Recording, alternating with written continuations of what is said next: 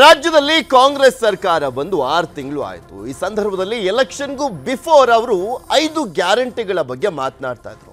ಈಗ ಆಲ್ರೆಡಿ 4 ಗ್ಯಾರಂಟಿಗಳನ್ನು ಪೂರೈಸಿರುವಂತ ಕಾಂಗ್ರೆಸ್ ಸರ್ಕಾರ ಈಗ 5ನೇ ಗ್ಯಾರಂಟಿಗೂ ಕೂಡ ಇವತ್ತು ಚಾಲನೆಯನ್ನ ಕೊಡುವ ಮುಖಾಂತರ ನಾವು ನುಡಿದಂತೆ ನಡೆದಿದ್ದೇವೆ ಅನ್ನುವಂತ ಮಾತುಗಳನ್ನು ಹೇಳ್ತಾ ಇದ್ದಾರೆ. ಲೋಕಸಭೆ ಎಲೆಕ್ಷನ್ ಇನ್ನೊಂದು 3-4 ತಿಂಗಳಿರುವಂತ ಸಂದರ್ಭದಲ್ಲಿ ಗ್ಯಾರಂಟಿ ಮತ್ತೊಮ್ಮೆ ಅಸ್ತ್ರವಾಗ್ತಾ ಇದೆ ಲೋಕಸಭೆ ಎಲೆಕ್ಷನ್ಗೆ. ಅದೆಲ್ಲದ್ರ ಬಗ್ಗೆನೂ ಕೂಡ ಮಾಹಿತಿಯನ್ನು ಕೊಡ್ತಾ ಹೋಗ್ತೀನಿ. ಯುವ ಜನರ ಕೈ ಸಿಗ್ತಾ ಇದೆ ಸರ್ಕಾರದ 5ನೇ ಗ್ಯಾರಂಟಿ. ಯುವ ನಿಧಿಗೆ ಚಾಲನೆ, ಇಂದಿನಿಂದಲೇ ನೋಂದಣಿ ಪ್ರಕ್ರಿಯೆ ಕೂಡ ಆರಂಭವಾಗ್ತಾ ಇದೆ. 5 ಗ್ಯಾರಂಟಿ ಈಡೇರಿಸಿ ಮತಗಳನ್ನ ಭದ್ರ ಮಾಡಿಕೊಳ್ಳಿಕ್ಕೆ ಕಾಂಗ್ರೆಸ್ ಪ್ಲಾನ್ ರೂಪಿಸಿರುವಂಥದ್ದು ಎಷ್ಟು ಮಟ್ಟಿಗೆ ವರ್ಕೌಟ್ ಆಗುತ್ತೆ ಅನ್ನುವಂಥದ್ದನ್ನ ಕಾದ್ ನೋಡಬೇಕು. ಗೃಹ ಜ್ಯೋತಿ, ಗೃಹಲಕ್ಷ್ಮಿ, ಶಕ್ತಿ ಯೋಜನೆ, ಅನ್ನಭಾಗ್ಯ, ಈಗ ಯುವ ನಿಧಿ ಯುವಕರನ್ನ ಸೆಳೆಯುವಂತ ನಿಟ್ಟಿನಲ್ಲಿ ಪ್ರಮುಖ ಪಾತ್ರ ವಹಿಸುತ್ತಾ ಈ ಯುವ ನಿಧಿ ಯೋಜನೆ ಅನ್ನುವಂಥದ್ದನ್ನ ಕಾದ್ ನೋಡಬೇಕು. ಇದೇ ವಿಚಾರಕ್ಕೆ ಸಂಬಂಧಪಟ್ಟಂತೆ ಚಾಲನೆ ನೀಡಿದ ಬಳಿಕ ಮಾನ್ಯ ಮುಖ್ಯಮಂತ್ರಿಗಳಾಗಿರುವಂಥ ಸಿದ್ದರಾಮಯ್ಯನವರು ಮಾತನಾಡಿದ್ದಾರೆ. ಏನು ಹೇಳಿದ್ರು ಕೇಳೋಣ. ಒಬ್ಬ ಪ್ರಧಾನಮಂತ್ರಿ ನಾವು ಗ್ಯಾರಂಟಿಗಳನ್ನ ಈ ರಾಜ್ಯದ ಜನತೆಗೆ ಕೊಟ್ಟಾಗ ಅವ್ರು ಹೇಳಿದಂತ ಮಾತು ಮಾಡಕ್ಕಾಗಲ್ಲ. 12 ವರ್ಷ ಮುಖ್ಯಮಂತ್ರಿ, 10 ವರ್ಷ ಪ್ರಧಾನಮಂತ್ರಿ. ಅವ್ರು ಹೇಳಿದಂತ ಮಾತು ಇದು. ರಾಜ್ಯ ಆರ್ಥಿಕವಾಗಿ ದಿವಾಳಿ ಆಗುತ್ತದೆ. ನರೇಂದ್ರ ಮೋದಿಜಿ ರಾಜ್ಯ ದಿವಾಳಿ ಆಗಿಲ್ಲ. 5 ಗ್ಯಾರಂಟಿಗಳನ್ನ ಬಹಳ ಯಶಸ್ವಿಯಾಗಿ ಜಾರಿಗೊಳಿಸಿದ್ದೇವೆ. ಇದೆಲ್ಲದ್ರ ಬಗ್ಗೆ ವಿಶ್ಲೇಷಣೆಯನ್ನ ಮಾಡ್ತಾ ಹೋಗೋಣ. ನಮ್ಮ ಜೊತೆ ಎಂದಿನಂತೆ ನಮ್ಮ ಅತಿಥಿಗಳು ಜಾಯ್ನ್ ಆಗಿದ್ದಾರೆ. ಅವ್ರನ್ನ ಫಸ್ಟ್ ವೆಲ್ಕಮ್ ಮಾಡ್ಕೊಳ್ತೀನಿ. ನನ್ನ ಸಹೋದ್ಯೋಗಿಗಳನ್ನ, ನಮ್ಮ ಪೊಲಿಟಿಕಲ್ ಬ್ಯೂರೋ ಮುಖ್ಯಸ್ಥರಾಗಿರುವಂಥ ಚಿದಾನ್ ಪಟೇಲ್ ಅವರು ನಮ್ಮ ಜೊತೆ ಜಾಯ್ನ್ ಆಗಿದ್ದಾರೆ. ಪಟೇಲ್ರ ಕಾರ್ಯಕ್ರಮಕ್ಕೆ ಸ್ವಾಗತ. ನಮಸ್ತೆ ಪೃಥ್ವಿರಾಜ್. ಹಾಗೆ ನಮ್ಮ ಡೆಪ್ಯೂಟಿ ನ್ಯೂಸ್ ಎಡಿಟರ್ ಆಗಿರುವಂಥ ರಾಘವೇಂದ್ರ ಗುಡಿ ಅವರು ಕೂಡ ನಮ್ಮ ಜೊತೆ ಜಾಯ್ನ್ ಆಗಿದ್ದಾರೆ. ಗುಡಿ ಅವರೇ, ನಿಮಗೂ ಕೂಡ ಕಾರ್ಯಕ್ರಮಕ್ಕೆ ಸ್ವಾಗತ. ಪಟೇಲ್ರ, ಇಲ್ಲಿ ಪ್ರಮುಖವಾಗಿ ನೋಡ್ತಾ ಇದ್ವಿ, ಗ್ಯಾರಂಟಿಗಳ ಮುಖಾಂತರ ವಿಧಾನಸಭೆ ಎಲೆಕ್ಷನ್ ಅನ್ನ ಗೆದ್ದಾಯ್ತು. ಅಭೂತಪೂರ್ವವಾದಂಥ ಗೆಲುವು ಕಾಂಗ್ರೆಸ್ಗೆ ಸಿಕ್ಕಿದ್ದಾಯ್ತು. ಈಗ ಬಿಜೆಪಿ ಮೋದಿಯೇ ಗ್ಯಾರಂಟಿ ಅನ್ನುವಂಥ ಸ್ಲೋಗನ್ ಅನ್ನ ಹೊಡ್ಸ್ಕೊಂಡು ಮುಂದಾಗಿರುವಂಥದ್ದು ಲೋಕಸಭೆ ಎಲೆಕ್ಷನ್ಗೆ ಅದೇ ಅಸ್ತ್ರ ಅನ್ನುವಂಥ ರೀತಿಯಲ್ಲಿ ಮಾಡ್ತಾ ಇದ್ದಾರೆ. ಇಲ್ಲಿ ಪ್ರಮುಖವಾಗಿ ನಾವು ನೋಡೋದಾದ್ರೆ ಕಾಂಗ್ರೆಸ್ 5 ಗ್ಯಾರಂಟಿಗಳನ್ನ ಈಡೇರಿಸುವ ಮುಖಾಂತರ ನುಡಿದಂತೆ ನಡೆದಿದ್ದೇವೆ, ಕೊಟ್ಟಂತ ಭರವಸೆಯನ್ನ ಈಡೇರಿಸಿದ್ದೇವೆ ಅನ್ನುವಂಥದ್ದನ್ನ ಸಾರಿ ಸಾರಿ ಹೇಳ್ತಾ ಇದ್ದಾರೆ. ಅದಕ್ಕೆ ಇವತ್ತು ಒಂದು ದೊಡ್ಡ ವೇದಿಕೆಯನ್ನ ಸೃಷ್ಟಿ ಮಾಡಿದಂತ ಆಗ್ತಾ ಇದೆ. ಇದು ಎಷ್ಟರ ಮಟ್ಟಿಗೆ ವರ್ಕೌಟ್ ಆಗುತ್ತೆ ಯುವಕರನ್ನ ಸೆಳೆಯುವಂತ ನಿಟ್ಟಿನಲ್ಲಿ ಅಂತ?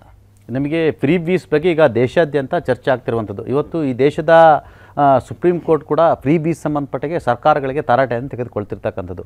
ಮತ್ತು ಈ ಫ್ರೀ ಬೀಸ್ನಿಂದ ಎಲ್ಲ ಒಂದು ಕಡೆ ಜನರನ್ನ ನಾವು ಸೋಮಾರಿ ಮಾಡ್ತೀವಿ ಅಂತೇಳಿ ಒಂದು ವರ್ಗ ವಿರೋಧ ಮಾಡ್ತಿದೆ. ಮತ್ತೊಂದು ವರ್ಗ ನೀವು ಲಕ್ಷಾಂತರ ಕೋಟಿ ರೂಪಾಯಿ ಕಾರ್ಪೊರೇಟ್ ಸಾಲವನ್ನು ಮನ್ನಾ ಮಾಡ್ತೀರಾ, ಆದರೆ ಜನಸಾಮಾನ್ಯನೂ ಕೂಡ ಒಂದು ವಸ್ತುವನ್ನು ತೆಗೆದುಕೊಳ್ಳುವ ಕೂಡ ತೆರಿಗೆಯನ್ನು ಕಟ್ತಾನೆ. ಜನಸಾಮಾನ್ಯನಿಗೆ ಫ್ರೀ ಕೊಡೋದ್ರಿಂದ, ಉಚಿತ ಕೊಡೋದ್ರಿಂದ ಏನು ತಪ್ಪು ಅಂತ ಹೇಳಿ ಇನ್ನೊಂದು ವಾದ ಕೂಡ ಇರ್ತಕ್ಕಂಥದ್ದು. ಜೊತೆಗೆ ಈ ಫ್ರೀ ಬೀಸ್ನಿಂದ ಮಧ್ಯಮ, ಕೆಳಮಧ್ಯಮ, ಬಡವರ್ಗದವ್ರಿಗೂ ಆ ಫ್ರೀ ಬೀಸ್ನಿಂದ ಇದು ಇಲ್ಲಿ ಮೈಕ್ರೋ ಎಕಾನಮಿ ಇಂಪ್ರೂವ್ ಆಗುತ್ತೆ ಮತ್ತು ಜನರ ಕೊಳ್ಳುವ ಶಕ್ತಿ ಜಾಸ್ತಿ ಆಗುತ್ತೆ ಅನ್ನೋದು ಒಂದು ವಾದ. ನಿಮಗೆ ಯುರೋಪ್ನಲ್ಲೂ ಕೂಡ ಈ ಮೈಕ್ರೋ ಎಕಾನಮಿ ಬಗ್ಗೆ ದೊಡ್ಡ ಚರ್ಚೆ ಆಗ್ತಿರ್ತಕ್ಕಂಥದ್ದು. ಯಾಕಂತ ಹೇಳಿದ್ರೆ ನಿಮಗೆ ಮೈಕ್ರೋ ಎಕಾನಮಿಯಿಂದ ಮಾತ್ರ ದೇಶದಲ್ಲಿ ಆರ್ಥಿಕ ಸ್ವಾವಲಂಬನೆ ಸಾಧ್ಯ ಅನ್ನೋದು ಒಂದಷ್ಟು ಆರ್ಥಿಕ ತಜ್ಞರ ವಾದ. ಇದೇ ವಾದವನ್ನು ಮುಖ್ಯಮಂತ್ರಿ ಸಿದ್ದರಾಮಯ್ಯವರು ಕೂಡ ಮಂಡಿಸ್ಕೊಂಡು ಬರ್ತಿರ್ತಕ್ಕಂಥದ್ದು.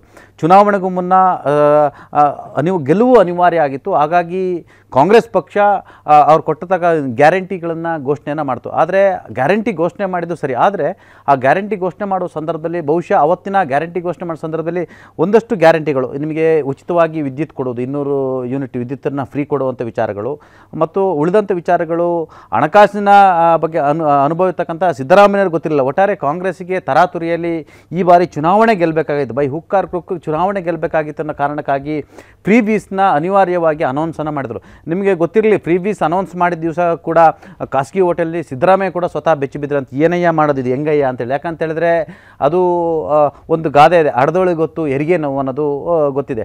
ಈಗ ಆದರೆ ಅನಿವಾರ್ಯವಾಗಿ ಅದನ್ನ ಇಂಪ್ಲಿಮೆಂಟ್ ಮಾಡಬೇಕಂದ್ರೆ ಅವ್ರ ಮೇಲೆ ಜವಾಬ್ದಾರಿ ಇರ್ತಕ್ಕಂಥ. ಆದರೆ ಪ್ರೀಬೀಸ್ ನಡುವೆ ಇಲ್ಲಿ ಆನ್ಗೋಯಿಂಗ್ ಪ್ರಾಜೆಕ್ಟ್ಗಳು ತುಂಬ ಇರ್ತವೆ, ಕೇಂದ್ರದ ಪುರಸ್ಕೃತ ಯೋಜನೆಗಳಿರ್ತವೆ, ಕೇಂದ್ರ ಸರ್ಕಾರ 40% ಕೊಡೋಕ್ಕೆ ರಾಜ್ಯ ಸರ್ಕಾರದ 60%, ಅನೇಕ ಯೋಜನೆಗಳಿರ್ತಕ್ಕಂಥದ್ದು ಮತ್ತು ಬೇರೆ ಬೇರೆ ಯೋಜನೆಗಳು ಕೂಡ ತರಬೇಕು, ಮತ್ತು ಮೂಲ ಸೌಕರ್ಯಗಳನ್ನು ಒದಗಿಸಬೇಕಾಗಿರುವಂಥದ್ದು, ಒಂದಷ್ಟು ಅಭಿವೃದ್ಧಿಗಳನ್ನು ಮಾಡಬೇಕಾಗಿರುವಂಥದ್ದು. ಹಾಗಾಗಿ ಇದರಿಂದ ಇದಕ್ಕೆ ಹೊಡೆತ ಬೀಳುತ್ತೆ ಅನ್ನೋದು ಚರ್ಚೆ ಆಗ್ತಿರ್ತಕ್ಕಂಥದ್ದು. ಈಗಾಗಲೇ ಅವರು 4 ಗ್ಯಾರಂಟಿಗಳನ್ನ ಘೋಷಣೆ ಮಾಡಿದ್ದಾರೆ, ಪ್ರಮುಖವಾಗಿ ಯುವ ನಿಧಿ. ಆದರೆ ಯುವ ನಿಧಿಯಲ್ಲಿ ನಿರುದ್ಯೋಗಿ ಪದವೀಧರರು ಏನು ಮಾಡಿದ್ದಾರೆ ಅನ್ನೋದು ಪ್ರಶ್ನೆ ಈಗ ಉದ್ಭವ ಆಗ್ತಿರ್ತಕ್ಕಂಥದ್ದು. ಎಸ್ ಗುಡ್, ಈಗ ಯಾರೇ ಇರ್ಬೋದು, ಯಾವುದೇ ತಂದೆ ತಾಯಿರು ತನ್ನ ಮಗನ್ನ ಸಾಲ ಮಾಡಿ, ಇನ್ನೊಂದು ಮಾಡಿ, ಮತ್ತೊಂದು ಮಾಡಿ, ಜಮೀನನ್ನು ಅಡ ಇಟ್ಟು ಅಥವಾ ಬ್ಯಾಂಕ್ಗಳಲ್ಲಿ ಸಾಲ ಮಾಡಿ ತನ್ನ ಮಗನ್ನ ಪದವೀಧರನ್ನು ಮಾಡ್ತಾರೆ. ಆದರೆ ಇವತ್ತಿನ ವ್ಯವಸ್ಥೆಯಲ್ಲಿ ಅಷ್ಟು ಸುಲಭವಾಗಿ ಕೆಲಸ ಸಿಗಲ್ಲ. ಯಾಕಂತ ಹೇಳಿದ್ರೆ ಎಲ್ಲರೂ ಕೂಡ ಸರ್ಕಾರಿ ಕೆಲಸ ಸಿಗಬೇಕನ್ನೋದು ಮೊದಲಿತ್ತು, ಒಂದು ಎಲ್ಲರೂ ಕೂಡ ಸರ್ಕಾರಿ ಕೆಲಸಕ್ಕೆ ಹೋಗ್ಬೇಕಂತೇಳಿ. ಆದರೆ ಖಾಸಗಿ ವಲಯದಲ್ಲೂ ಕೂಡ ಕೆಲಸ ಸಿಗಬೇಕಂತೇಳಿ ಅಲ್ಲೂ ಕೂಡ ಭಾಳಷ್ಟು ನಿರ್ಬಂಧಗಳು ಇರ್ತಕ್ಕಂಥದ್ದು ಮತ್ತು ಕಾಂಪಿಟೇಷನ್ ಕೂಡ ಇರ್ತಕ್ಕಂಥದ್ದು. ಹಾಗಾಗಿ ನಿಮಗೆ ಮೀಸಲಾತಿಯ ನಡುವೆ ಕೂಡ ಈ ಕಾಂಪಿಟೇಷನ್ ಇರೋದ್ರಿಂದ ಯಾರೋ ತಂದೆ ತಾಯಿ ಸಾಲ ಸೂಲ ಮಾಡಿ ಮಗನನ್ನು ಓದಿಸಿರ್ತಾರೆ, ತಕ್ಷಣ ಕೆಲಸ ಸಿಗಲ್ಲ. ಆಗ ಫ್ರಸ್ಟ್ರೇಟ್ ಆಗ್ತಕ್ಕಂಥದ್ದು ಯಾರಿರ್ತಾರೆ ಪದವಿ ಮಾಡಿರ್ತಕ್ಕಂಥ ಯುವಕ. ಭಾಳಷ್ಟು ಜನರು ಪದವಿ ಮಾಡಿ 6 ತಿಂಗಳು 8 ತಿಂಗಳು ವರ್ಷಗಟ್ಟಲೆ ಕೆಲಸ ಸಿಗಲ್ಲ, ತುಂಬ ಜನ ಫ್ರಸ್ಟ್ರೇಟ್ ಆಗಿ ಆತ್ಮಹತ್ಯೆ ಆಗಿರ್ತಕ್ಕಂಥ ಅನೇಕ ಪ್ರಕರಣಗಳು ಇರ್ತಕ್ಕಂಥದ್ದು. ಎಸ್ ಗುಡ್, ಆಯಿತು, ನಿಮಗೆ ಪದವೀಧರರಿಗೆ 3,000 ಕೊಡ್ತೀವಿ, ಡಿಪ್ಲೊಮಾ ಮಾಡಿದವರಿಗೆ 1,500 ಕೊಡ್ತೀವಿ ಅಂತ ಎಲ್ಲಿವರೆಗೆ? ಈಗ 6 ತಿಂಗಳು ಅಂತ ಹೇಳಿ 6 ತಿಂಗಳ ನಂತರ 2 ವರ್ಷದವರೆಗೆ ಕೆಲಸ ಸಿಗುವವರೆಗೆ ಅನ್ನೋದಿದೆ. ಆದರೆ ಮತ್ತೊಂದು ಅಟ್ ದ ಸೇಮ್ ಟೈಮ್ ಪ್ರಶ್ನೆ ಅಂತ ಹೇಳಿದ್ರೆ, ನಾವು ಕೂಡ ಕಾಂಗ್ರೆಸ್ಗೆ ಓಟ್ ಹಾಕಿದ್ವಿ, ನಾನು ಕೂಡ ನಿರುದ್ಯೋಗಿದ್ದೀನಿ, ನಮಗೇನು ಮಾಡಿದ್ದೀರಾ ಅನ್ನೋದೊಂದು ಪ್ರಶ್ನೆ ಒಡಮೂಡ್ತಿರ್ತಕ್ಕಂಥದ್ದು.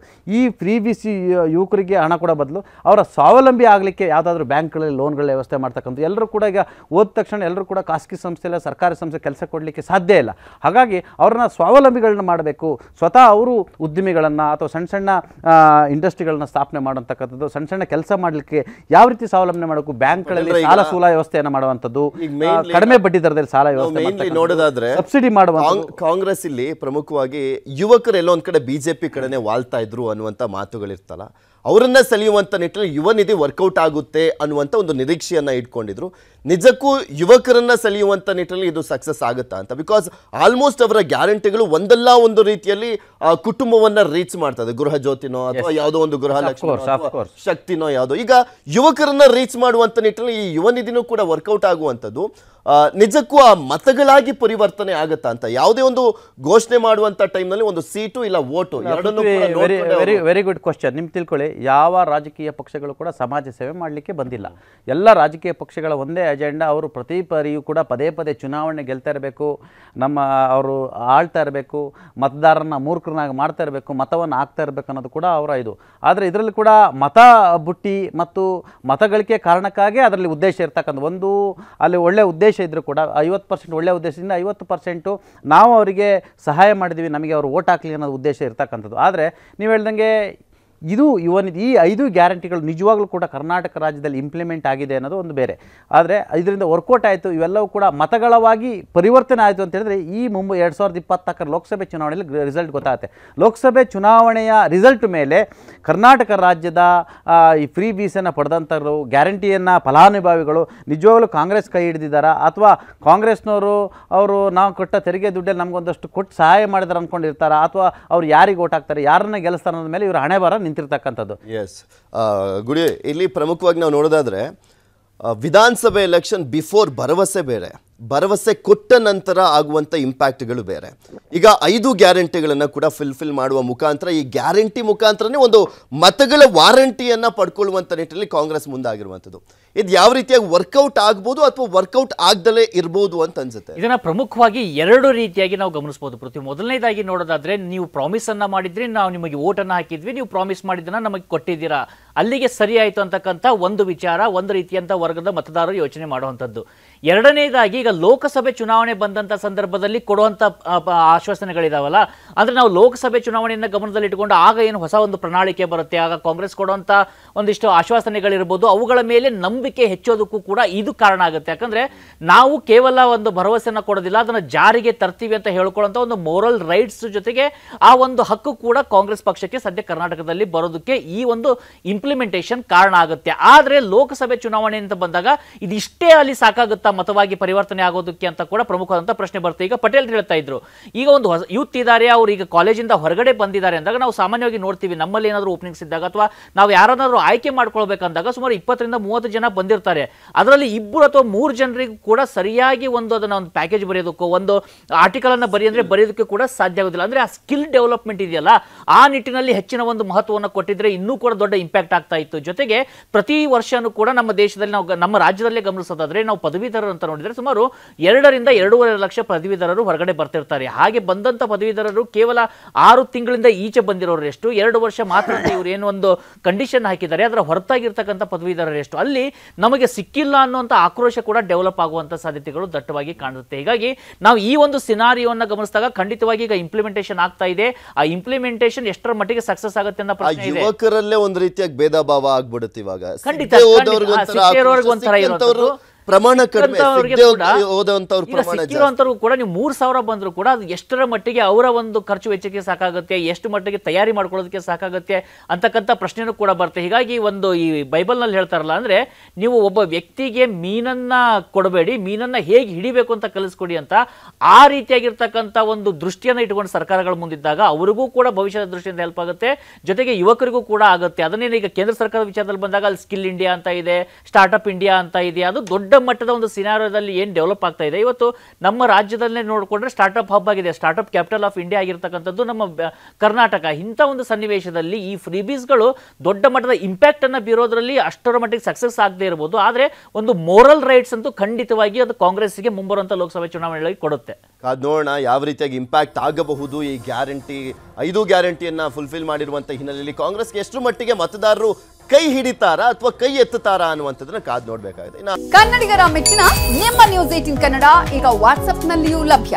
ಕರ್ನಾಟಕ ಮತ್ತು ದೇಶ ವಿದೇಶದ 360 ಡಿಗ್ರಿ ಸುದ್ದಿ ವಿವರವನ್ನ ನೀವು ನಿಮ್ಮ ಕೈ ಬೆರಳುಗಳಲ್ಲಿಯೇ ಪಡೆಯೋದಿಕ್ಕೆ ಈ QR ಕೋಡ್ ಅನ್ನ ಸ್ಕ್ಯಾನ್ ಮಾಡಿ, ನಮ್ಮ ಚಾನೆಲ್ ಅನ್ನ ಫಾಲೋ ಮಾಡಿ, ನೋಟಿಫಿಕೇಶನ್ ಆನ್ ಮಾಡಿ.